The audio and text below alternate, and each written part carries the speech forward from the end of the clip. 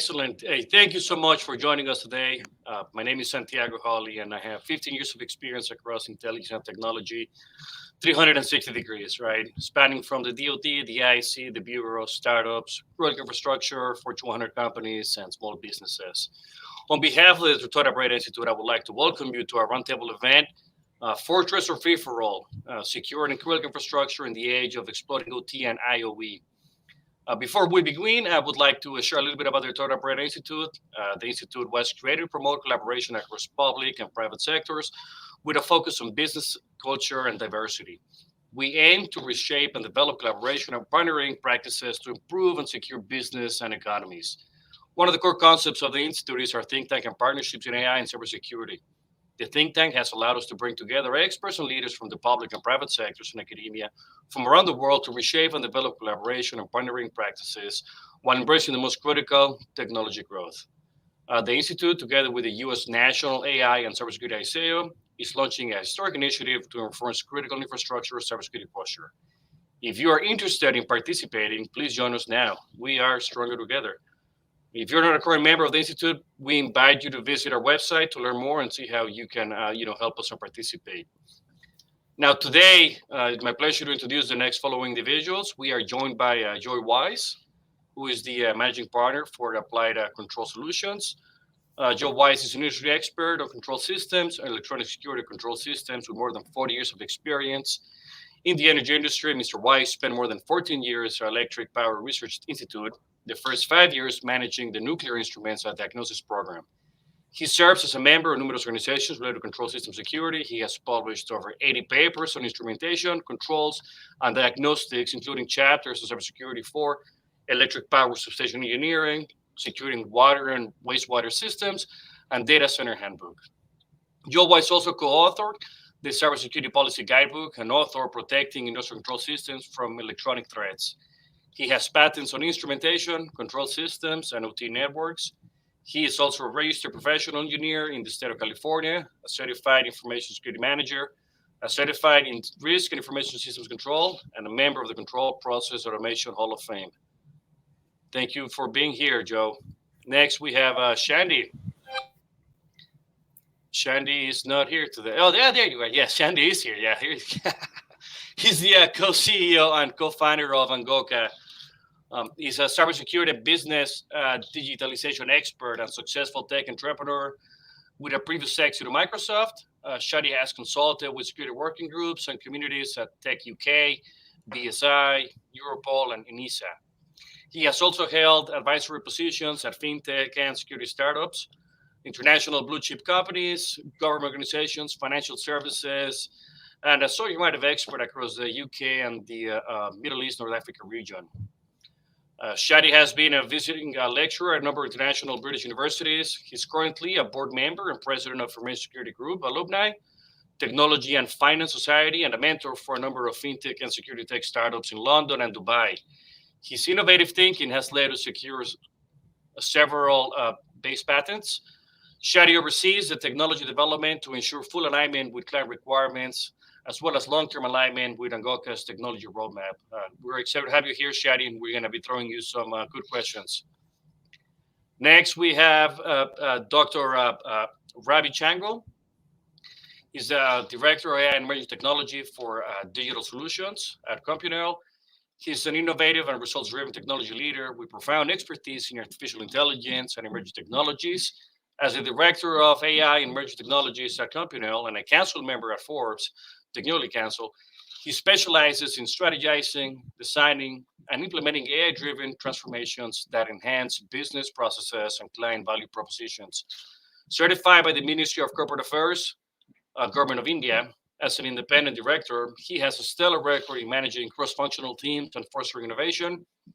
Dr. Ravi's efforts are instrumental in aiding organizational boards in effective decision-making, particularly in the realm of corporate finance, ESG, ethics, cybersecurity, and maximizing shareholder wealth through state-of-the-art AI practices. Happy to have you here, Dr. Ravi. Next, we have Mr. Sean Boggs, Director of IT and Cybersecurity for Key Capture Energy. Sean is a visionary cybersecurity executive in critical infrastructure with over 20 years of experience building complex security practices and expanding capabilities of diverse organizations, anywhere from startups to the FBI, which I don't think we ever run across each other at the bureau. We'll be happy to share our experiences of our previous lives. He's a forward-looking strategist, uh, very capable at enabling comprehensive information security policies, risk management programs that he has developed, and steer consistently to fortify security postures.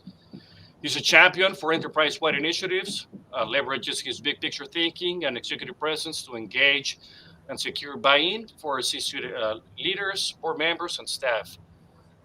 Mr. Sean, by drawing on his deep understanding of people, processes, and technologies, is able to bolster governance frameworks, defend against evolving threats, and prime organizations for long-term success. Next, we have Mr. Jason Keller. He is here.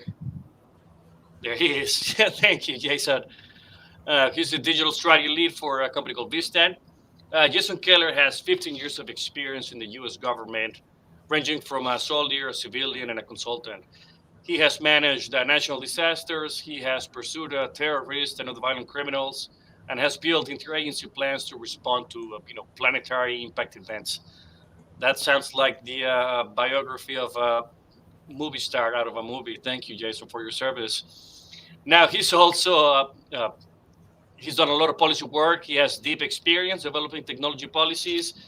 Using his broad public sector experience, in 2023, Jason released his first work on the national governance of artificial intelligence. He's currently an international consultant in cybersecurity capability building, an owner of Keller Strategies. Jason was awarded his master's in international relations for the Maxwell School at Syracuse University, and he's a trained ethical hacker. Thank you to have you here, Jason. And Mr. Steve Arrain, not he's the current public CTO and senior principal engineer for Intel Federal Services. Steve Oren is, he leads the public sector solution. He is the senior principal engineer for architecture, strategy, and technology engagements. Mr. Steve has held many technology leadership positions at Intel, where he has led cybersecurity programs, custom hardware and software architecture and solutions, products, and strategy. Steve is a cybersecurity expert and sought after advisor to public and private sector leaders on several things, such as enterprise security, risk mitigations, and securing complex systems. He's also a leading authority on public sector, federal mission, and enterprise systems and solutions. He's regularly engaging with the U.S. government as a senior technical mission leadership. He's the Intel representative on security standards and guidance, and has contributed several NIST standards and guidance publications. Steve is the supply chain threat and risk management advisor to the DoD and IC senior leadership, and was chosen by the U.S. government to serve as special government employee on the congressionally mandated task force to perform an assessment on microelectronics, quantifiable assurance, and microelectronic security. Steve, that's tremendous work. That's hard for me to spell. Steve was previously the CSO for Sarvega. He's the CTO of Sanctum, CTO and co-founder of Logstar, and CTO of Data Technologies.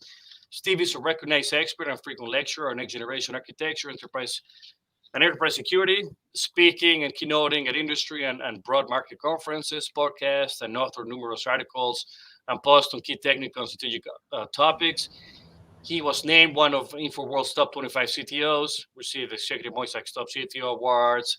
He's a Washington Exec top chief CTO officer, and the list goes on. He's a fellow at the Center of Advanced Event Studies, and he's the chair of the Inside Cyber Committee. Thank you for being here, Steve. Thank you. And at the end of this event, please thank everyone. Oh, that's for me to thank everybody for coming. Okay, well, wow. I'm really honored to be amongst all of you. Really here we have a couple of 100 years of experience at a really high level across all different sorts of technologies across all sectors. So let me start by asking you, Steve, the first question, right? And here we go. Across, based on your experience, how has the convergence of OT and IT reshaped the landscape for critical infrastructure security? So Santiago, first of all, thank you for having me here today and with this auspicious panel. And to get to the heart of the question, we have to understand that that convergence of OT, IT, of Internet of Things to OT and IT really has done a couple of things to our overall security posture. Number one, the notion that we may have held in the past that OT is this separate thing that doesn't need to have the same level of security. IT is protected, it's behind some sort of locked door, is out the window. Basically, everything is connected, and we're seeing a strong evolution over the last 20 years of not just IT and IoT connectivity, but just the internet infrastructure in general, and the systems that you want to deploy to manage, control, and optimize your OT systems are by definition IT and cloud and internet oriented. It gets exacerbated when we start thinking about the internet of everything connecting through those OT systems, whether it be a simple smart meter, smart thermometer, smart thermostat talking to your HVAC systems, talking to your core control systems. The entry points, the surface area of attack has expanded infinitesimally. The other challenge is that in the past, there may have been a couple of key vendors that were providing you those technologies, the large OT infrastructure providers, the engines, the control systems, if you will. And now we have the diversity of every, small little company throws up a little device that's a critical sensor I must have, is now introduced into your security posture. So not only do we have a larger threat landscape of the opportunities to attack these systems, but it becomes that much harder and complex to manage the security of the diversity of those systems, because every one of them could be an attack point. Some of them are large organizations that can do a good job of securing their products. Some of them are fly-by-night small little shops that haven't thought about security yet. And so it really provides presents the organization with a large set of challenges when looking at both how do I secure the infrastructure that we're trying to manage, and also how do I keep track of all the potential threats and the new evolving threats that are coming at me from all these different angles. Steve, yeah, I agree with you, and just make my, the mouse in the wheel is spinning, right? Because follow-up question for you and for everybody who's in the panel is, as we, cybersecurity is a new field in its own, right? And then at least for my expertise, cyber threat intelligence is even newer, right? What are your thoughts around merging enterprises, product security teams, and enterprise security teams? Right? There's no need to have two different. As technologies develop, they're more software based. There's code on them. Why do we need to have two separate teams when the threats are coming from the same area? What do you think about that? So I think that you make a good point, and some of it isn't a technology problem, it's organizational, cultural. The reality is we should have combined teams because both sides are getting a different viewpoint on the same set of threats. They're coming in potentially through an IT kind of system and affecting OT. Or in some cases, the foothold to get to IT is coming through a less secure OT. And so the fact that we have two separate teams that often don't talk to each other is actually a disservice to our organizations. The challenge, the culture challenge, is that they literally speak different languages. OT speaks SCADA, IT speak Python, and trying to get those two worlds to merge is not necessarily easy. But as a CISO of an organization or a director of security and compliance, we have to get past those cultural boundaries, because ultimately the threat to our organizations are coming from all of those angles. And it's only through collaboration from the get-go, from the foundation of what are the policies, what are the security controls, and how do I mitigate threats that can come from either side, or how can I do the forensics after the fact if I don't have access to the OT systems where they actually got in the first place. So I think it's incumbent on organizations to break those cultural barriers, force them into the same room. And we're seeing trends there. We're seeing CISOs get ownership over both sides of the camp, or CIOs forcing the teams together, because in the face of the current threat, we've got to do better at integrating these teams and teams across our organization to better collaborate on the current threat and the future threats that we're dealing with. Yeah, I think you're like me. You're a half full glass kind of guy. We're trying to stay positive on the future. Opening for the panelists, if anybody wants to, Dr. Ravi, you want to add on to that? Yeah, thanks for the the discussion over there. With respect to OT and let's say IoE framework, I would like to discuss some hidden challenges which we are facing, and also I would like to apprise audience about what are the major upheavals and with respect to the component wise vulnerabilities. So already we got to know that how exactly the enterprises are integrating over their OTs and ITs all together to have a resilient system. But when it comes to the categorization of the major systems, when it comes to the vulnerabilities, the major component over there in terms of industry connectivity is all lying up the physical components in terms of SCADA systems, PLCs, DCS, and whatnot, right? So the other category is about network. So if I talk about only about legacy systems, it is not going to help out. I need to check the vulnerability of the network also. At the same time, what level of authentication aspects are having the vulnerabilities, potential vulnerabilities that we need to discuss, and then how I can ensure the physical security and vendor supply chain related gaps also need to be addressed during the discussion. And this is the kind of pointers which I would like to bring in. So I'm going to present very quickly a kind of a systematic approach, how exactly the real life examples leading us to understand all these kind of complex vulnerabilities, what are the potential reasons behind that, and how exactly we can come to the solutioning perspective. So when it comes to legacy systems, the incident which happened in 2017, the Triton malware attack, right? That actually targeted the systems and petrochemical plants, right? So they exploit vulnerabilities in outdated systems. That's number one. If I talk about another vulnerability happening within owing to the legacy systems, and when the component is a SCADA systems, PLCs or DCS, it's about infrequent patching. So the critical nature of the systems cannot afford the downtime. That's where exactly the infrequent patching is going to cause the vulnerability. And again in 2021, the colonial pipeline attack, this was exacerbated by these kind of delayed patching and outdated software systems, right? The next category of component, if I talk about, and let's say the vulnerability, if I talk about, is regarding network infrastructures. So the network infrastructures, the routers, switches, exactly, they have lack of segmentation. So when they have flat network architectures, interconnected IT and OT, in that case, these kind of failures would persist. And 2015, the kind of power grid attack where attackers moved entirely, the kind of network to cause the blackout, is a kind of an example from which we can understand that network infrastructure routers are also a threat. And apart from that, interconnected networks we need to work out. Like if you talk about a railway in transit, which with IoT devices and all, you can also feel that the network get exposed over there as well. Be it a DSRC mechanism or a LT mechanism, they have their own possible losses. If I talk about the second last aspect, that is authentication. Obviously, yes, I think weak or default password setting, lack of multi-factor account authentications are another aspects which exactly lead to vulnerabilities with respect to user accounts, device applications, exposure to public accounts, and also these are one of the major aspects which comes to play in terms of vulnerability. And lastly, if I talk about lack of physical security and vendor supply chain related issues, so therein I think we need to have a proper assessment over there on the physical security side as well as the vendor and supply chain side. Because if we are 100% optimized in terms of our practice, especially in saving the vulnerabilities and all, protecting ourselves, then it can be done by third party software or hardware which we integrate with. So I think therein also major components are identified with respect to vulnerabilities. Solar wind supply chain attack in 2020, which was compromising with thousands of organizations, with respect to the third party software systems. That's again being the major scenario which we have seen recently.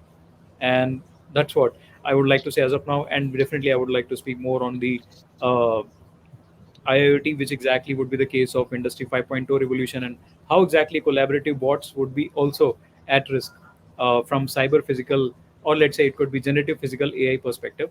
But I think that we can keep it for the next level of discussions. Thank you. Hey, Dr. Rabi, you just gave us the holistic instruction manual on, on how to look at this, right? If would you mind giving us, just let's narrow it down a little bit, maybe a recommendation for folks with teams, how can they develop their human capital when it comes to training and defending against PLC threats? What do you recommend on that? Just let's have a concrete example for our audience, because I'm not aware of many areas where you can develop those skills. Exactly. So it's more on generative AI side these days, which exactly is leveraging the contextual understanding in a better way. So we need to know where exactly the threats are coming from and what motivates the actors over there to do these kind of activities. So it's like hacktivism which is going on, right? So against that, what exactly we need to leverage is we need to leverage appropriate uses of generative AI in place, wherein it understands the motive also behind that threat. It's not always correct that it's only for ransomware. Sometimes it's like defaming it, sometimes it's like a one-to-one kind of interaction which is happening and which is motivating the actors to defame the companies, their particular exposed data sets, you can say. So we need to understand that context. So contextual understanding is the first thing which you need to focus upon. Generative AI can do lot many things over there, and we can have DevSec operations over there to automate the entire transactions of how exactly the resilient system would be interacting, and safeguarding the entire instruments right in place. Like it could be devices, it could be assets, it could be real-time connectors, it could be the IoT frameworks, right? So I think therein we need large language model operations to counter attack these kind of attacks. Before understanding, before they occur, we need to understand from where exactly I can get most of the threats. So preventive mechanism would be there within the system, that where exactly suspicious activities are ongoing. So I think charity begins at home. So there, these hidden loopholes are actually lying within the company itself, organization perspective itself. So I think we need to see all those transactions happening within the company. So need to understand how zero trust security framework is basically followed or not followed, and basis that we can definitely come up before any attack is there. We can understand with LLMs that hey, there we are going wrong. Yeah. Thank you, Dr. Ravi. Definite. I'm taking notes here. If you see me looking down, it's because I'm writing. I'm going to ask you questions later. Jason, since you're an expert in international collaboration, let me ask you this one. What role does international collaboration play in securing critical infrastructure against global threats? And what challenges have you seen, and how do you think we should, how we can solve those challenges? Yes, sir. So I guess the first thing to say is to everybody talking that's an owner of critical infrastructure is that you're not the only person utilizing the technology that's, the hardware that's in your systems and the OT. So what the problem is the problem of my neighbor can very rapidly become my problem the next day. So, for instance, the U.S. government, State Department's Bureau of Cyberspace and Digital Policy, the U.S. Agency for International Development, U.S. Department of Energy, and some other organizations that are called out in the National Cybersecurity Implementation Plan are going to be slowly and more aggressively working with partner nations to help solve some of these problems, from the policy level, the creation of national CSIRTs, down to the regulatory affairs and best practices of our experiences here in the U.S. and other places to work with the private sector. For instance, I'm down in Latin America, and it's amazing how many times I've heard the term public-private partnership used in the last 2 years, where that was very much, I think, a term more common in the United States and elsewhere. So there's some great movement. So what else going on internationally? The Global Forum on Cyber Expertise, for instance, is an organization that's out there working to help coordinate national cyber capacity development efforts across the international community, donors, recipient nations, etc. So there's some great energy going on there.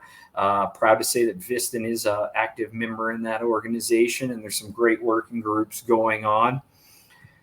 That's the start. Anything in particular I can touch on? It's a big globe, and there's a lot going on in the space, thankfully, and a lot of opportunity for the public and private sectors to get engaged with partner nations. I think that's the key, right? That public-private sector engagement, it's going to be needed. I don't think, this is Santiago speaking, and feel free to debate, or if you raise your hand if you don't agree with me. I don't think governments on their own are available and able to take care of what they need to take care of, right? And I don't think private sector on its own is able to do that as well. I think we need to have that mesh of collaboration to, for a better successful outcome. At least that's from my experience working at a big energy company as well. 100%, sir. Give you an example, in the United States and coming up in August at DEF CON, you're going to see government reps from across the United States, state, local, tribal, territorial folks Not at the level we necessarily would want to see, but there's a significant advantage. However, I recently attended some events in Latin America that were with, focused on the hacker community, not the policy community, but the policy community wasn't there, and so there's a lot to be improved upon. Even, I think we recognize in the U.S. that is an absolute necessity to have those cross conversations with these technical professionals that are joining us today, and others across communities, both at the local level all the way up to the national level. And as you were mentioning with regard to budgets, I can definitely tell you, if no one knows, many of our foreign partners have a very small investment into cybersecurity at this stage. Laws are getting passed, national cyber strategies are being written, but legislators are not passing budgets to support those efforts. Yeah, that's a challenge, and I just see this growing as we've seen the geopolitical world change. Sean, based on some of your background on intelligence, how do you see the evolving geopolitical landscape changing, at least immediately in NATO, right? And how, critical infrastructure and threats to their infrastructure?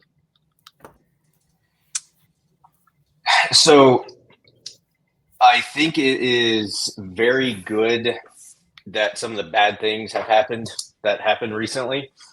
Whereas once you start affecting the general population, so Colonial Pipeline goes down, gas prices go up, it gets people's attention.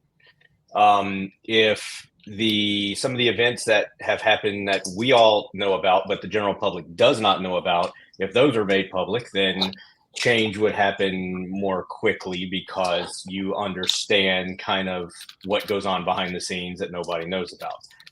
So whenever I see things like that, yes, I cringe because I know it's going to affect me directly. But at the same time, it's that disruption will end up causing change, and the change will be painful at first. A lot of people won't like it. But in the long run, it does help. Yeah, I agree with you, and not to sound negative, but I agree that in one way this happening already is kind of helping us open our eyes and reassess things. Like, wait a second, if the Russians have 9 people in one office as part of one outfit, and one of them is developing ICS malware against some companies deal with products, while on the other side of the table, one is trying to break in the network. It's time for all of us to open our eyes on critical infrastructure and the energy sector, right? On how can we get better at protecting our technologies, right? And I think in energy, and Joe Wise, happy for you to follow up on this one. I see there's cascading impacts by affecting critical infrastructure, right? It's not necessarily like affecting a product company, right? It's when you affect critical infrastructure on the energy side. Can you provide any examples of any recent cyber attacks, Joe, and lessons learned from these incidents? Yeah, in fact, what I'd like to do is, it's been interesting listening to everything that's happened, or all of the discussions up till now. I'm coming at life from a different angle. I'm a control system engineer that got into cyber. I am not a cyber person trying to talk about networks. And what I'm hearing, and not trying to be argumentative, is not at all really addressing the issues we're dealing with in critical infrastructure. In fact, any infrastructure, because critical is in the eye of the beholder.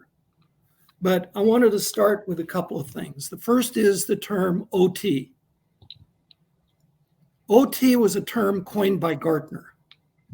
Until Gartner did that, you had 2 worlds. You had the engineering world, which is where I am, and you had the IT world, or the world dealing with networks. And what has happened is the engineers were effectively severed from the world of cyber. And our equipment has been effectively severed from the world of cyber to this day. So when you talk about all of this stuff and you use the word IT-OT convergence, the networks are converging. One day it's IT, the next day it's quote unquote OT. What will never, ever converge are pumps, motors, valves, relays, turbines, you name it. That will always be in the purview of the engineers. Now, that also brings up one of the biggest problems we have, which was, the CISOs are in charge. The CISOs do not own a single piece of equipment. The CISOs don't own the turbine or the pump or the valve. The CISOs are, in almost all cases, not engineers. One of the things I want to make very clear, all of you are looking at cyber as if it must be malicious. Cyber does not have to be malicious. And when you have people who do not understand how an piece of equipment works, trying to force fit either, security technologies or security testing or anything else, you are going to cause major problems, and it has happened, and it is continuing to happen. A grid is not networks. A grid is power plants, transformers, relays, heat exchangers, you name it. These are the people that are not involved in cyber, not just in the US, but throughout the world. They're treating everything as if it's just another form of securing a department store. The only thing today, I live in what's called boom in the night territory. When things happen, things explode and people die. I'm going to show you real cases in a minute. But this entire focus in the word IoT or the term IoT, you show pictures of these big fuel tanks. IoT has nothing whatsoever to do with the reliability or safety or protection of that tank. Those are what's called process sensors. They are not IoT. And you bring up, zero trust, multi-factor authentication. I gave a lecture, I guess a year and a half ago, to the U.S. Air Force Cyber College. And the title was, Shields Up and Good Cyber Hygiene Does Not Apply to Legacy Process Sensors.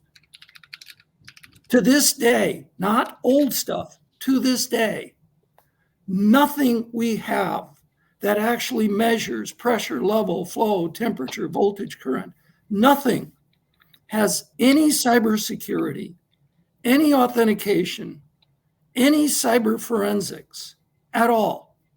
Not only that, these devices are 100% trust. This concept of zero trust is exactly opposite in my world. Yes, Joe, you're getting a lot of shout outs from the people looking in the audience. You definitely are hitting in some good veins here. My mind is, yes, just like with a weapon system, right? When they designed this bomb in 1960, 1970, they never thought or considered a cyber vector, right? So in one way, how we do cyber resiliency for operational technology, right? Maybe that's the framework that we can discuss. Keep going, Joe, but then I'm going to ask Shadi a question because he's nodding to everything you say. Here's the point too. Literally almost a year ago, I did a little study. I went to arbitrarily selected 4 of the largest control system vendors in the world. I won't mention names, but I think everybody has a pretty good idea who I'm talking about. And I arbitrarily selected a pressure transmitter. That's used everywhere for safety for everything, okay? And it turns out that all I did was I went to their procurement specs, And remember, this is 2023. And all I did was a word search on the words cyber security, encryption, authentication, and passwords.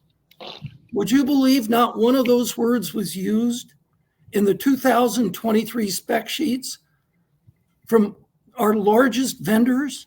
And then I did one other. I went and did a word search on the word remote.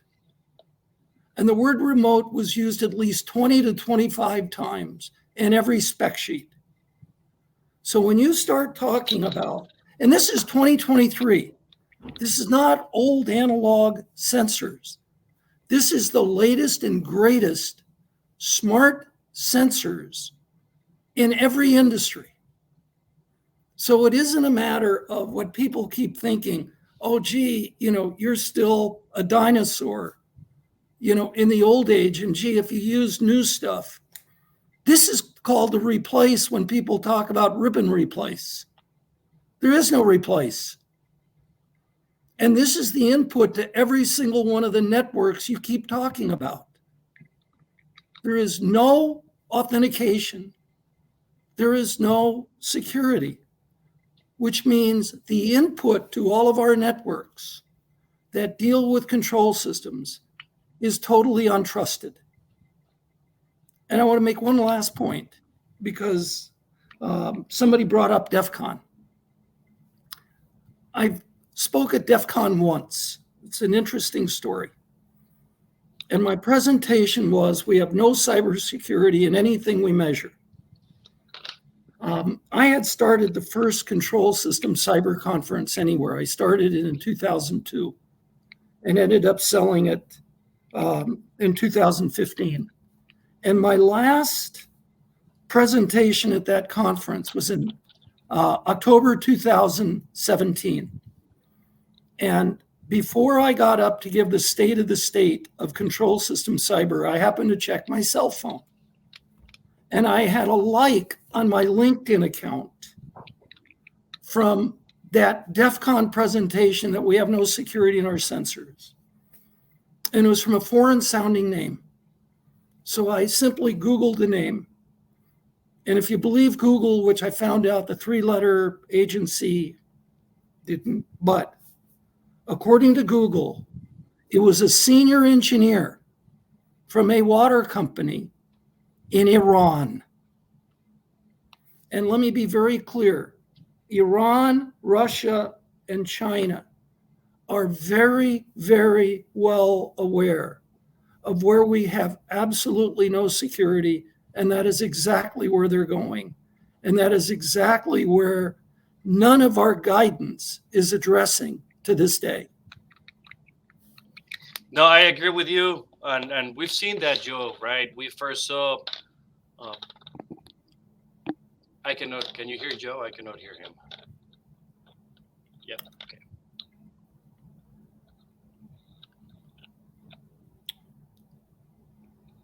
I'm just listening.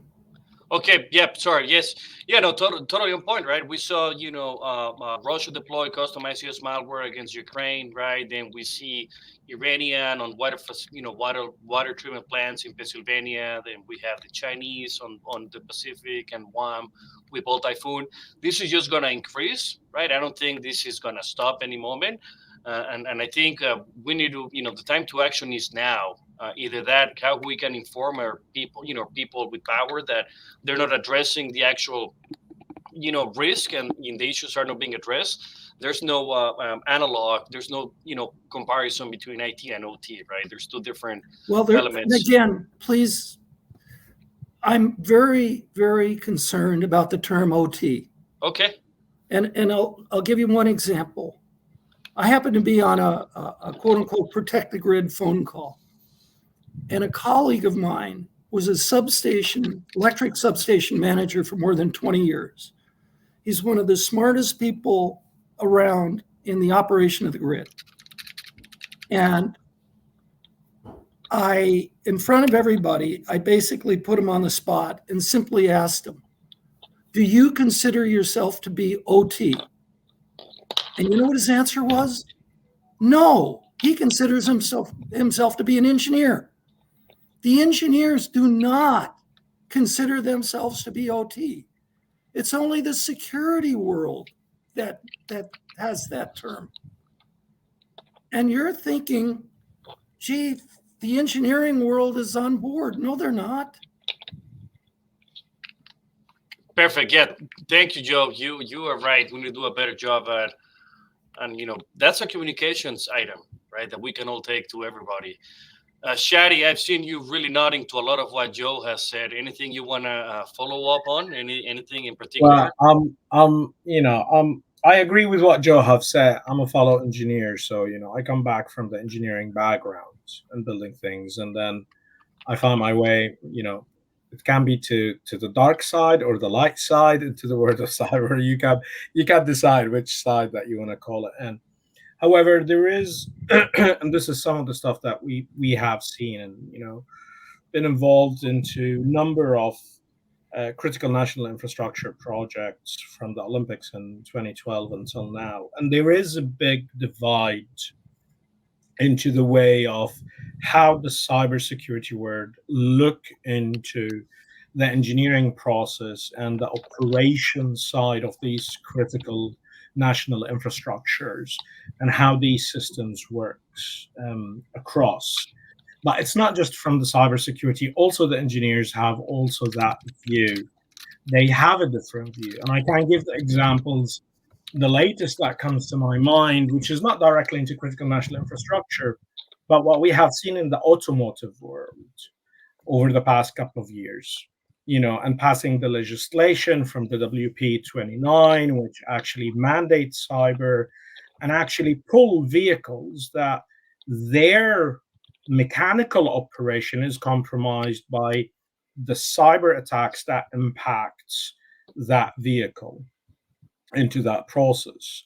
And at the beginning of that time, when people were talking about it, the majority of the automotive engineers, they were saying, no, but vehicles are safe. They won't be compromised.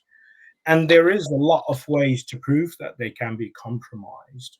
So I totally agree about that divide that Joe's talking about. And I totally agree as well that the way that we need to look at it as a cyber individuals or professionals, as well as organizations, we need to look at it in a different way.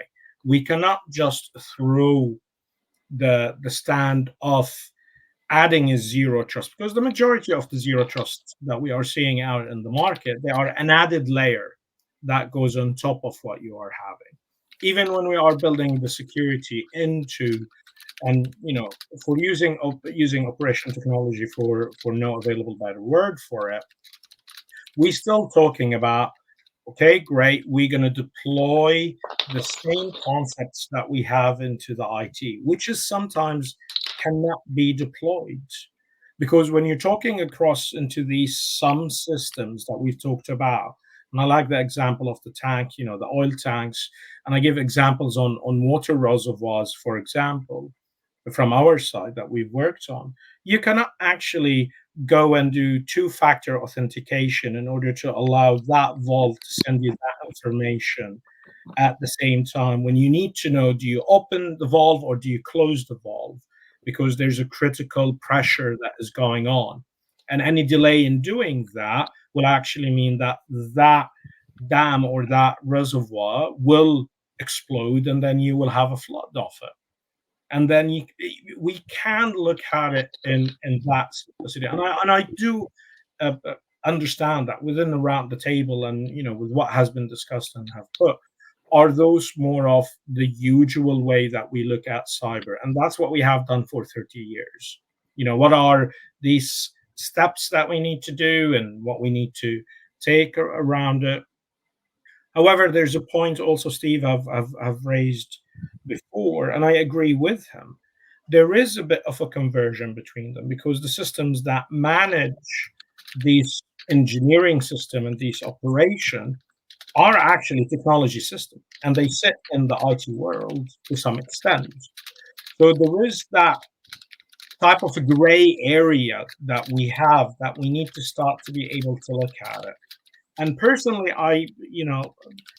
I see zero trust as a good element for us, because in engineering, even if you are trusting into these processes, that data, you build multiple of mechanisms of fault management and redundancy and reliability and concurrency that you need to put it in order to ensure that the data that you're getting for the PLC to operate or etc. coming from the own network or coming from the right sources. I think the way that we look at zero trust, we need to look at it more in a different way, more of as adaptive trust more than actually zero trust. How can I build the trust boundaries?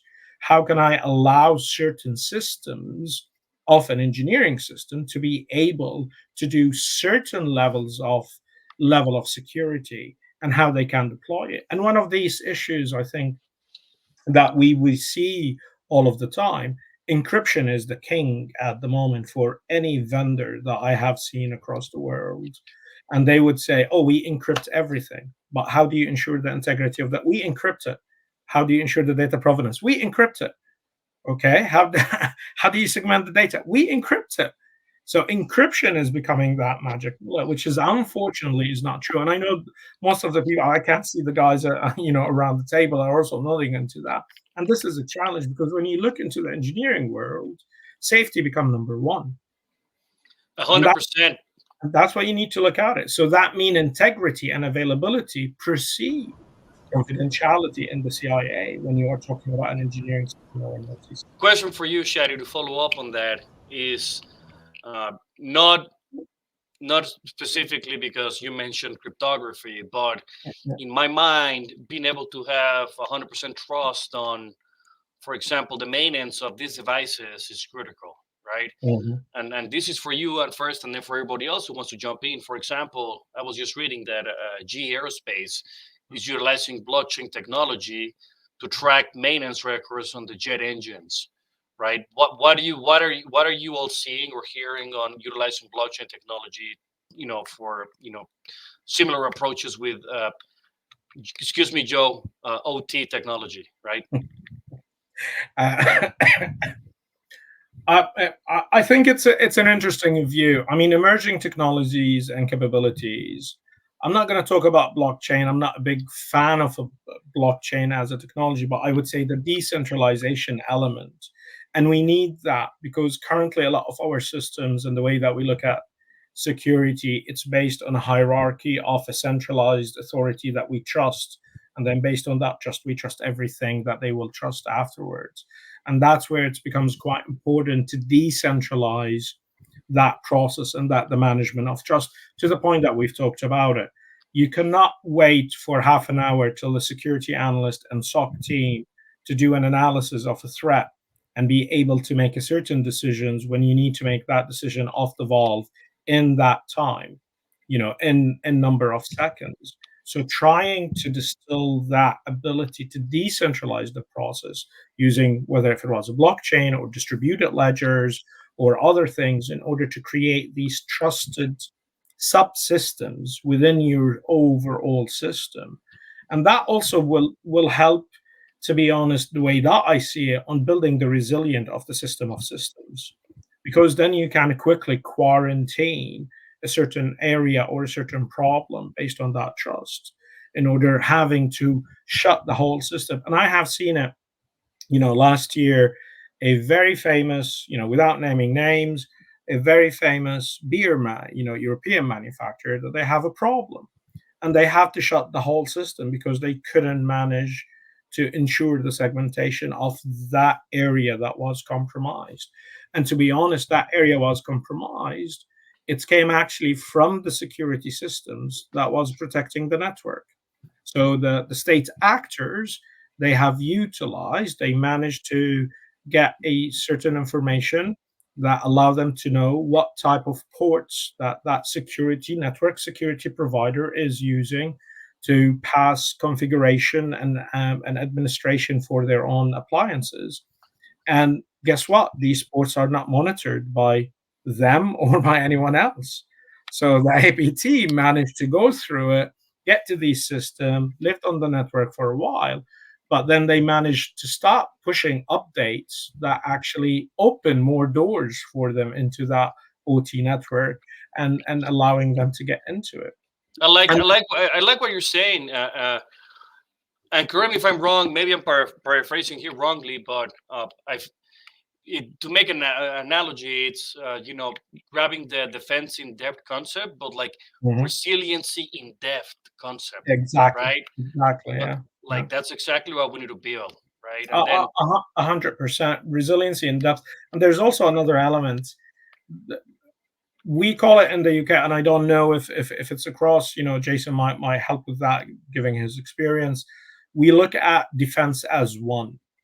So whether you're talking about your engineering team and your IT team and your HR team and your operation team, they all work together in order to ensure that the defense or the response for the organization, we all want. It's not, oh, it's a security problem. Oh, it's an engineering it's problem. defense, defense of one, right? It's like it, 100%. and yes, and Steve, go ahead. And I know you wanna you got a lot that from your experience that maybe we can all grow by listening to you. So I wanted to point out a couple of things, and Shadi, you hit on a key thing there. It is a full team effort. It is a contact sport, but it's a full team effort. And I think one of the things that Joe mentioned is really, I want to unpack it, because you couldn't be more right. The control systems, the engineering organization, and the IT organization are coming at from completely different vantage points. And I think Shadi and a couple others had mentioned this idea of reliability. And I remember one of the professors I used to work with, Dr. Shar Sample, talked about reliability and engineering for cybersecurity. And like, wouldn't it be great if our cybersecurity products were built like our engineered products? Yes. And she published some great stuff on that a number of years ago. And I think that's one of the things that getting these teams to start working together, like I said, for the defense of one, is if our IT operations could learn some of those reliability, resiliency, safety critical processes, procedures. And then again, one of the things, and maybe Joe was saying this, but I wanted to make sure to make the point, while that physical system itself, that that sensor, that dial, that valve is a physically trusted, it mechanically works. The reality of today is we've got a lot of IT management and oversight and decision systems connecting to or providing remote access to those things.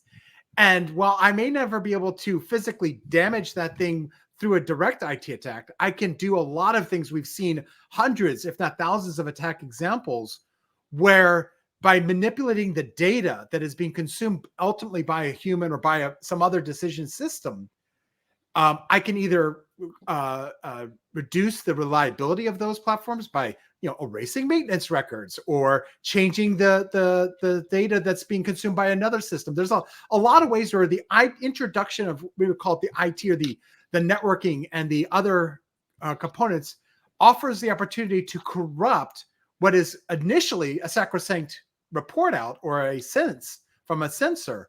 And I think if we on both sides can better understand each other's worlds from the engineering and the IT security side, and think about the end-to-end, because there's a maxim in security. Security falls apart at the seams. And I think, and again, I don't want to say OT again because I know Joe will get upset. The control systems and IT systems, it's the seams where things go invariably wrong. And we look at how does a Colonial Pipeline or the JBS in Australia or any of the others, it's the seams where this stuff, the integration points where everything goes awry, and where, like you said, cybersecurity from one side and resiliency from the others are just not meeting. And I think that's something that, as we looked at guidance for the future and organizational efforts, and I know that Joe's not happy that everything's going to the CISO, but in a lot of organizations it is, or to the CIO organization. But it's incumbent on the leadership to help foster that collaboration so that we can get this right. Yeah, Steve, 100%. And I think Sean can give us some of the perspective as a CISO for energy provider on what are the core pillars from the standpoint of your position, right? Right. Yeah. So great conversations. For me, it still basically comes down to the very core basics of security. If you have insecure systems that you cannot change out, which a lot of these control systems, the engineering systems are, We battle with it still every day. Brand new vendors like Joe is talking about have been in business for 2 years, and they're still coming to us for security information, or me in particular. Why are you sending me this questionnaire asking if I have X, Y, and Z? What is that? I don't even have a security team. So for me, a lot of it is the basics. Do you have any pathways that are exposed outside of that core environment, and tracing every single thing, knowing every piece of hardware that you have, every detail about it. Training, security training is fundamental. Our team is it. The founder of our company was tied into security due to other family members. So I had it very easy coming into this company. We were bought by a Korean company, so I had it very easy from the board, who supports anything that I want to do within reason, as long as I can justify it. So that's the perfect environment. If you're not in the perfect environment, one of the things that we also do is I log everything. If a device can put out a log, I have it, and it is then sent to someplace else and analyzed. We have a pretty resilient insider risk program. And due to the fact that we log everything, every time a user clicks on anything, they browse somewhere, anything that they do is logged and analyzed. And we see certain patterns, we investigate certain patterns, and we've stopped a lot of things from happening internally, either maliciously or, as Joe stated before, accidental. Not every major incident that happens or major outage is due to an outside person trying to take you down or a disgruntled employee. It could be as simple as a engineer fat fingered a number and the pressure valve opened at the wrong time. So if you can see patterns in the data and analyze that data, you can start to react. Now, I don't like reacting. I would like the systems to be built securely to begin with, but that's never going to be 100% foolproof. So if you can start seeing that data coming in and analyzing it, then that has helped us tremendously. One thing I do also want to bring up that will be very unpopular is, well, in some ways, I have noticed, and one key example, inside of critical infrastructure industries, there are different levels of regulation or security mindset. So let's say you have in the power generation industry, which I'm very familiar with, the SCADA systems, the sensors. It's how quickly can we get this out to operate how we want it to operate, with no security, no passwords, no SSL, none of that even being considered. On the flip side, the medical industry. If you want to create a pacemaker, that has to go through FDA testing, authorization. An outside source has to tell you this is okay to be used because it could directly affect this person's life. But power generation doesn't go through that, when it can directly affect more people's lives that don't have to necessarily react or rely on that single piece of equipment. So I think until we get to the point where it's not just you have to comply with NERC CIP, it's the devices that you are implementing have to meet X, Y, and Z levels of security, then we're always just going to be playing catch up. We're always going to be, okay, how can I take this technology that I see works on the IT side and have it kind of sort of help protect me on this other side? And I don't see that happening until a lot of political things iron themselves out, and it's not about keeping shareholders happy and it turns into, okay, well, no, I have to keep the government happy to ensure that this doesn't affect half the population. Yeah. And that is very unpopular, I am aware. Sean, and I totally agree. It's in my mind, when you have the carrot and the stick approach and you give people the stick, they just do the bare minimum that they have to do to meet that requirement, right? And by doing that, you eliminate any innovation, any creativity and problem solving.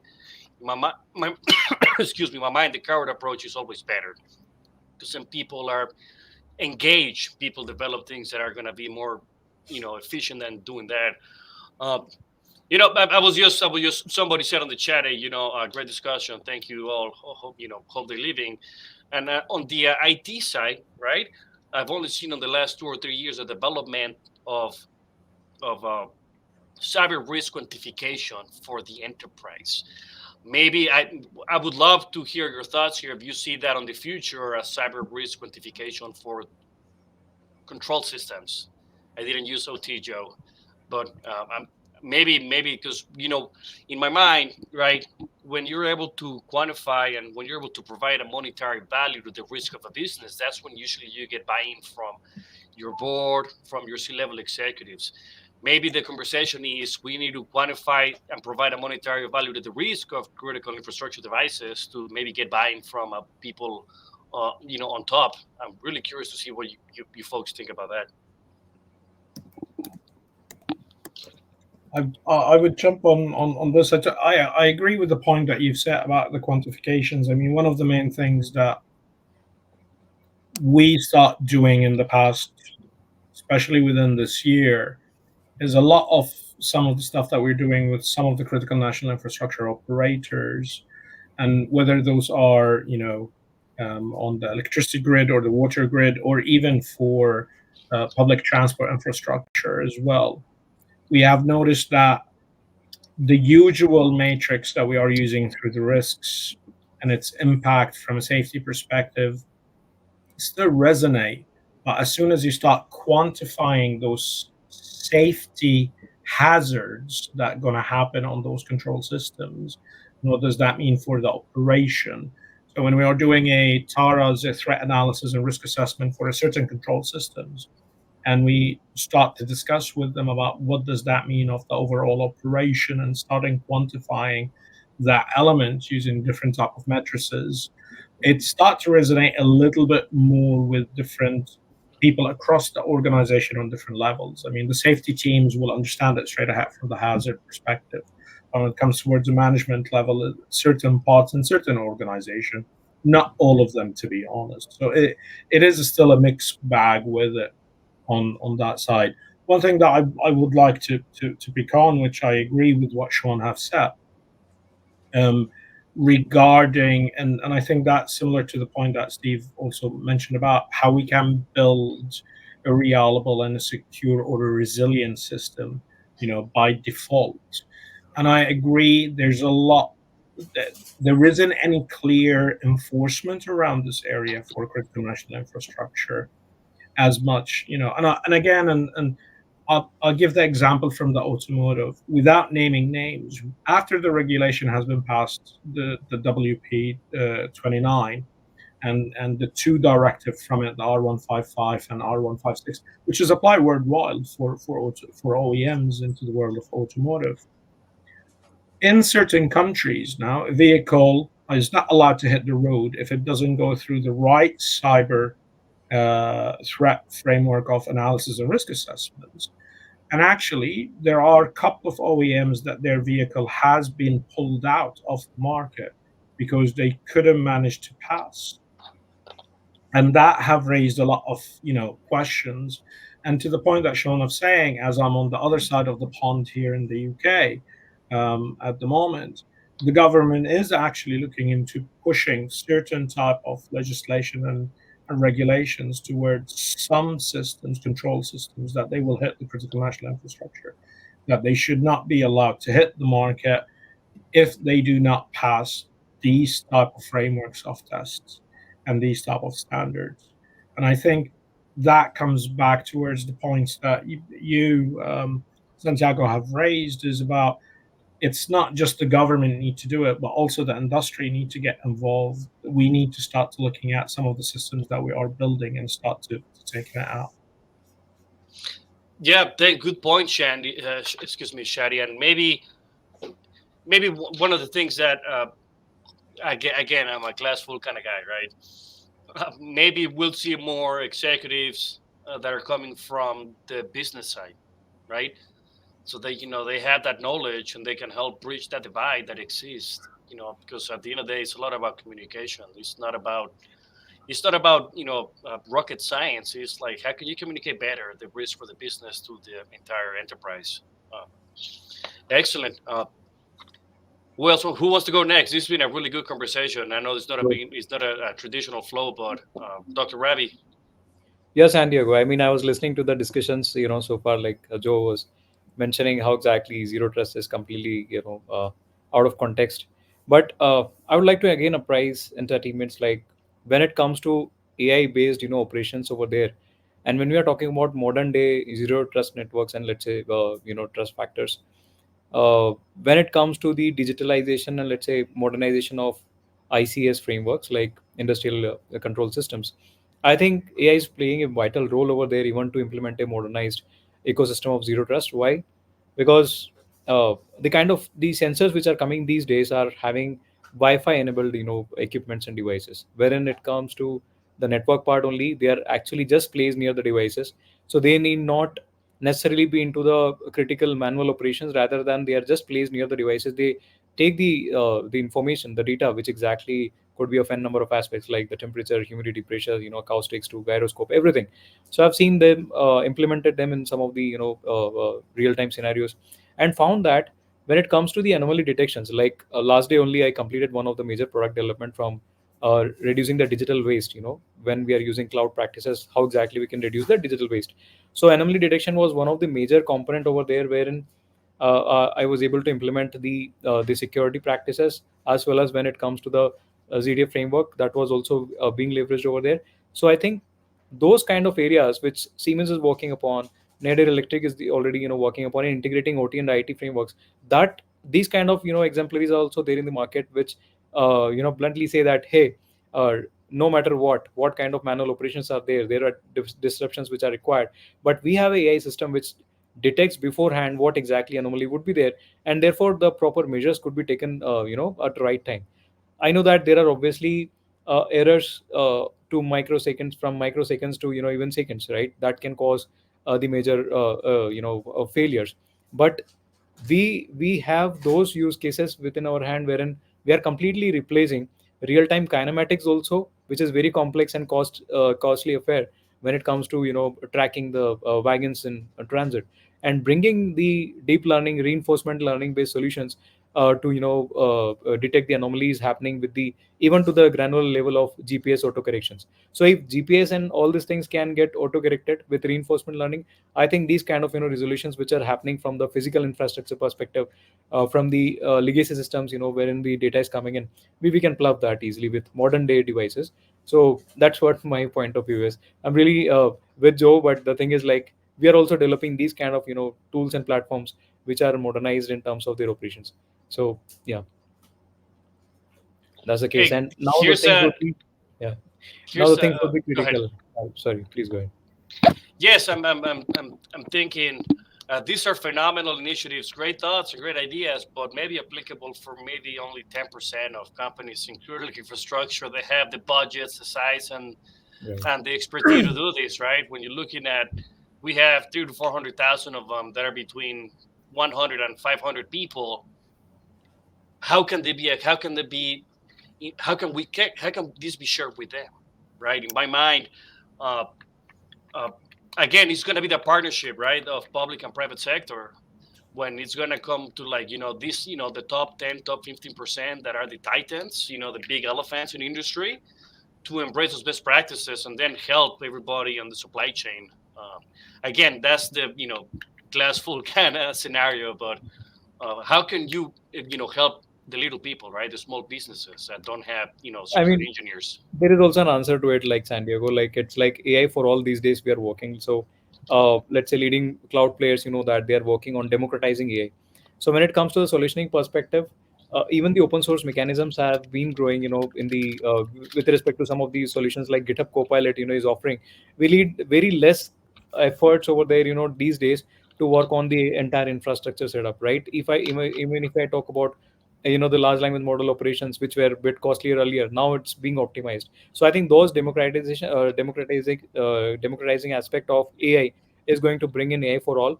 And even if I'm talking about the title which we had today, it was for in the age of exploding OT and IoE. So I think they should go hand in hand together with the IT and OT systems. Still, I would like to being the fan follower for these kind of cohort. sorry. Yeah. Yeah. One that I had on that, sir, is actually getting outside of the IT shop and getting in, the government and other things. One, something I wrote in my research coming out of my master's, and I've been strongly supportive of it and found some good energy behind it, is creating a national cyber reserve that is capable of responding. At the end of the day, I understand all the hesitancies, that Joe has around OT being called that, and who's connected to who. Those are massive issues, and they're all being worked on by incredibly smart people. But when we get beyond that, when we get back to the basics of operating a government, having your Department of Energy that also can talk to your Defense Department, that can also talk to your Ministry of Telecommunications in real time to manage an event, that is a massive issue. And it's not just going to inhibit cyber growth. It's going to inhibit artificial intelligence growth. It's going to inhibit climate change risk reduction and disaster risk reduction, because these are problems that are not housed in one agency of government. So just wanted to throw that out there for the folks that are on here that are like, I have no idea what in the world those folks were talking about. Maybe there's some other stuff that can get done. Oh, and pardon me. Other note on there is integrating cyber risk into emergency planning from the business level to the local government, the tribal government, all the way up to the national government. Again, massive issues that have nothing to do with the zeros and ones and the other problems that we're, talking about on the technical level. But when the bad day comes, you will be judged by those things just as much as your cyber resilience. Santiago? No, it's phenomenal. Dr. Ravi, Joe, I want to give you guys the opportunity to. I just need a more. quick check with Joe on the discussions which I had in the end. So, Joe, any feedback for those kind of initiatives which we are working upon? Yeah, Yeah. that's what I wanted to talk about. But before I do that, I wanted to mention one other thing. We have a tendency, and Shandi brought this up a little bit, and it's really important. We've separated looking at cybersecurity from looking at safety. And what happened recently, I had put a blog out on it. 224 people were hurt because, in this case, it was an insulin pump that was totally cyber secure. It had been tested, everything. Only they hadn't. And you have to understand, I'm actually a nuclear engineer coming out of nuclear safety. So I look at things very differently than most people do. But there was not a really good safety analysis done. So despite the fact that this was cyber secure, it turned out it was secure by design. It was not safe by design. And until you have both secure and safety by design, you're not going to go anywhere in quote unquote critical infrastructure. The other point I wanted to make, actually a couple, but certainly this one. The starting point for cybersecurity is being able to recognize a cyber event. We cannot, to this day, identify a control system event as being cyber related. There's been more than 17 million control system cyber incidents to date that have killed more than 32,000 people. And I'm looking at everybody's eyes because almost none of these were identified as being cyber related. Why? All you're doing is looking at the networks. These are not network issues. One of the training points is how do you train? And these are not things that will be found on any network. The point that a motor is heating up is not going to have anything on an IP network telling you a motor is heating up. And there is no cross correlation today about the motor heating up and anything on the network. And I'm just using that as an example. The other thing that's happening today a lot is, and it's not just today, it's been going on literally for at least 20 plus years. The government is not willing to identify an event as being cyber related if it's control system related. And in fact, they're anxious not to have that happen. If you'll notice what happened with the Dolly, the ship that crashed into the Key Bridge, within 6 hours, here's NTSB saying it wasn't a cyber attack. It is impossible to know. And because of what they did, when the preliminary report of the Dolly came out, neither CISA nor the Cybersecurity Agency of Singapore, because it was a Singapore flagged ship, even participated in the development of the report. This is crazy, particularly, for example, in a ship. A ship is two things. It's a power plant with rudders. Number two, it's a substation with a bow thruster. There is nothing unique when it comes to control system cyber on that ship. And the things that affected it have had numerous control system cyber issues, quote unquote, both on land and on sea. And like I say, within 6 hours, here's NTSB stating it wasn't a cyber attack. I worked under contract to NIST and MITRE. We redid the analysis because we were extending NIST 853 for control systems. The Bellingham, Washington Olympic pipeline rupture. NTSB put out a report on that, 88 pages. SCADA was the proximate cause of that failure. And not once in the 88 pages was the word cyber ever used. It turns out the Davis-Besse nuclear plant had a contractor bring in a laptop with Slammer on it, connected to what's called a safety parameter display system. In the NRC information notice on that event, they even said Davis-Besse and Slammer were. Would you believe the word cyber was never used? I'm watching Jason shake his head. And by the way, the same thing has happened internationally. People are very, very, quote unquote, willing to identify a network cyber incident as being cyber. They're either unwilling or unknowing on identifying control system cyber incidents as being cyber related. And the point I wanted to get across is prior to Stuxnet, it was evident if it was a if it was a control system incident, like a fat finger or something like that, or if it was a cyber attack. What Stuxnet did is made a cyber attack look like an equipment malfunction.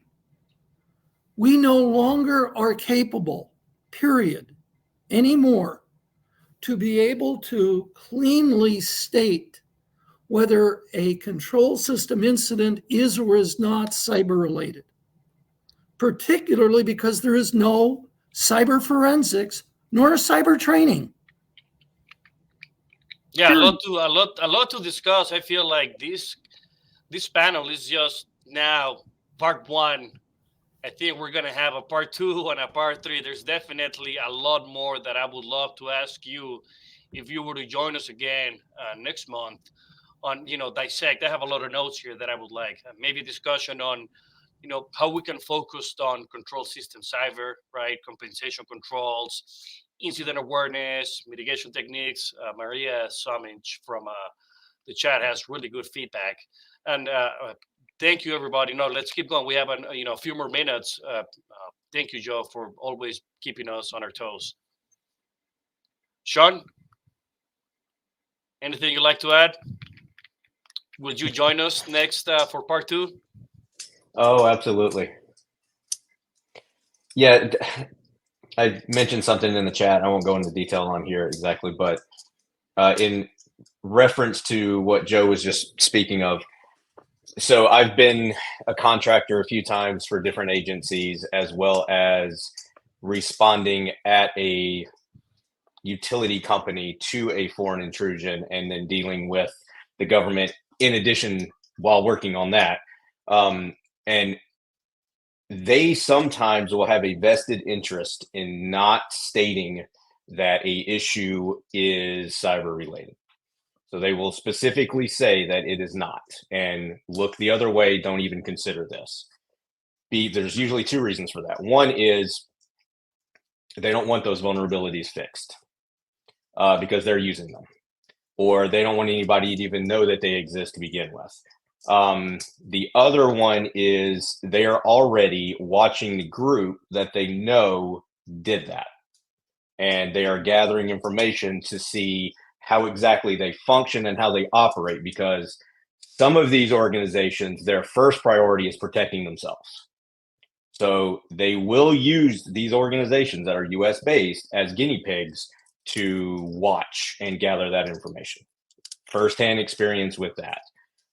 They do not allow it to get to the point where it is disastrous, but they will allow them to play and muck around. So if an incident happens and the news says, oh, 100% it's not that, I'm always a little bit iffy on that one. I won't say specifically that incident was cyber related and it wasn't just mechanical failure or whatever, but I'm not going to go the other way either and just say, oh yeah, a foreign government got in there and started having fun. So yeah, I'm very paranoid in some areas based on things like that I've seen.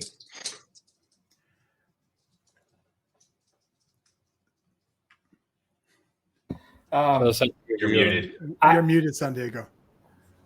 Yes, thank you, Sean, for not spilling secrets. No, I'm kidding. I want to say thank you for bringing another interesting angle to this multifaceted cross technologies, cross industry conversation. Steve, anything you'd like to say? You're smiling, so there's something in your mind. I wanted to leverage something. Joe made really 2 really important points that I wanted to sort of highlight as far as, again, class has full things we need to work on in this industry. One was that correlation, motors getting hot. All you do is look at the network and no one's correlating that something happened over here and now suddenly the motor's getting hot. That is a miss. And that is one of the big challenges when we look at the totality of our risk and of the cyber events on both sides, is we're not doing a good job of correlating. And like Joe said, we're not training our forensics teams to be able to do the kind of forensics to look on both sides of the camp. There was an exercise done a number of years ago. This is going back 20 plus years at Idaho National Labs, where they were able to get a generator to shake itself to explosion. And they demonstrated, and everyone saw the YouTube videos. What they didn't, it was in the notes and in the papers, but it wasn't in the video because it wasn't as exciting at the time, was there was a web-based event that was used to start that process, because they were able to change one of the settings in a log file or in a data file that was used by a control system. And I think one of the things to note about those kind of events is that if we're not looking on both sides, looking at what cyber events happened and what maybe some of the cyber physical ramifications we're missing, as Joe highlighted, we're not actually making that correlation. And part of what we need to do is help train both sides so that we can start to see where those events can be correlated to do a better job of identifying when it is a cyber event or a fat finger, or if you're thinking about a campaign, no one walked in and flipped the switch on a valve. They came in through a set of lateral movements and footholds and escalations, all on the IT side, wherever they got to something interesting, or waited dormant on someone's laptop to get to the PLC. We have got to do as an industry a better job of those forensics and the correlation in our monitoring systems to be able to map those two worlds. And I think that, Joe, you made that point, and I wanted to amplify it, because that is something that is critical and is missing, is our ability to correlate across domain on these things. By the way, I actually was involved in, that's called the Aurora event. Yeah. And what I wanted to also mention, and I've written a lot on this. In fact, we have an article. I was under contract, of all things, to DOD, not DOE, DOD, on the Aurora hardware mitigation. And we have an article that was all the way back in 2013 in Power Magazine on what this is and isn't. But what I wanted to be clear about is this is complete destruction, as if you had a stick of dynamite. Yeah. And there was zero malware involved. Zero. This was simply manipulating the physics of the relay by choosing a particular setting. Yep. What made it cyber was simply because they used a laptop to, in a sense, open and then reclose the breaker out of phase. This is a physics attack, not a network attack. And this is how you cause very, very extensive destruction. And, you know, this happens in milliseconds. This is, like I say, the world I live in. It's the world of physics. It's not the world of networks and bits and bytes. And I think the video is still up on Idaho's Labs, or at least in It is. YouTube. Go see it. It is. We, like I say, I'm in this funny boat. I was actually involved with, not on the initial test, but on the Aurora hardware mitigation. Yeah. Thank you, Joe. So Again, that's- always, you are a wealth of information, and always happy to have you on these panels. Thank you. Dr. Ravi, anything you'd like to add? I mean, the concluding remarks from my side, like the later system, you know, if we talk about, can become more vulnerable when it is not industrial control system, which is physical in nature, but when it is virtual in nature. And when I say virtual in nature, it means that I can have the operations. I mean, we had been working on virtual sensor processing units, having less dependency on physical sensors and more simulation based, you know, workaround. So I think those things would be very critical, you know, to observe, monitor, and then, you know, work on the kind of incident responses, because that would be a virtual controlling mechanism, right? So I think therein virtual sensor processing units would be at risk. So these things could be definitely being articulated with what exactly we, you know, wanted to work out on ZTA mechanism and all. Yeah. Thank you, Dr. Ravi, for, again, those insightful comments. Definitely more questions for part 2 of this conversation. Shadi, any last bullets, any last things you want the audience to take away? No, I mean, one important point. I mean, we've talked a lot about the difference between the engineering and, you know, the cyber world, and we've talked about utilizing AI and network monitoring. I mean, one of the main things that we haven't talked about, which I think it's the core before anything else, is understanding what assets that you have and what nature that you have across your network. I mean, we still see a lot of critical national infrastructure. They do not have that clear visibility of across all of their assets, across the whole control systems. Some of it is very old and legacy, and they don't have it anymore in their registrar. Some of it has been updated to do some testing and got forgot about, etc. And that becomes core for anything else. You know, before starting to think about AI and deploying AI, maybe if we can have an AI that will be able to sniff and identify all these assets, whether they are physical or not, you know, and mechanical, that will be great more than anything else. And the second point is the correlation. I totally agree. You know, I come from a school of thought that safety and cyber, they are two faces of the same coin. It's what I call nowadays your digital safety of your infrastructure and your system and what you are building, and they need to work together. That, you know, defense as one across the organization and also across the network and the supply chain. This is key. This is key more than anything else. Well, make sure we making points for the next, part 2 roundtable here, Shadi. Jason, I think we're on time here. Anything you want the audience to take away? Yes, I think it's the words of the systems director just a couple months back. Everywhere, everything, all at the same time. We are under massive threat across the critical infrastructure space.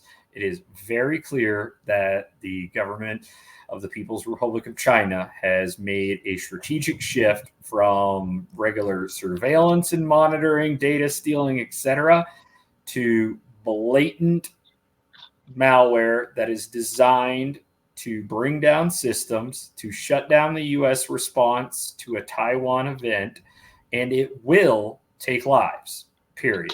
Right now, a colleague of mine, Bo Woods, one of the smartest guys I've ever worked with, he did some research while at CISA. Generally speaking, during ransomware attacks, mortality rates in the healthcare sector go up. We already, between that, from Joe's comments, etc., we know that cyber risk is taking lives, and we are not treating it as such, and we need to make that transition because the enemy has done it already. Thank you, Jason. Definitely more to follow. And I want to thank everybody for joining. And I'll make sure then, the next part 2, I'll be much more slower on my introduction so everybody can hear me clearly. Thank you, Shadi. Thank you, Steve. Thank you, Joe, Jason, Sean, Dr. Ravi. Have a wonderful week. Thank you all.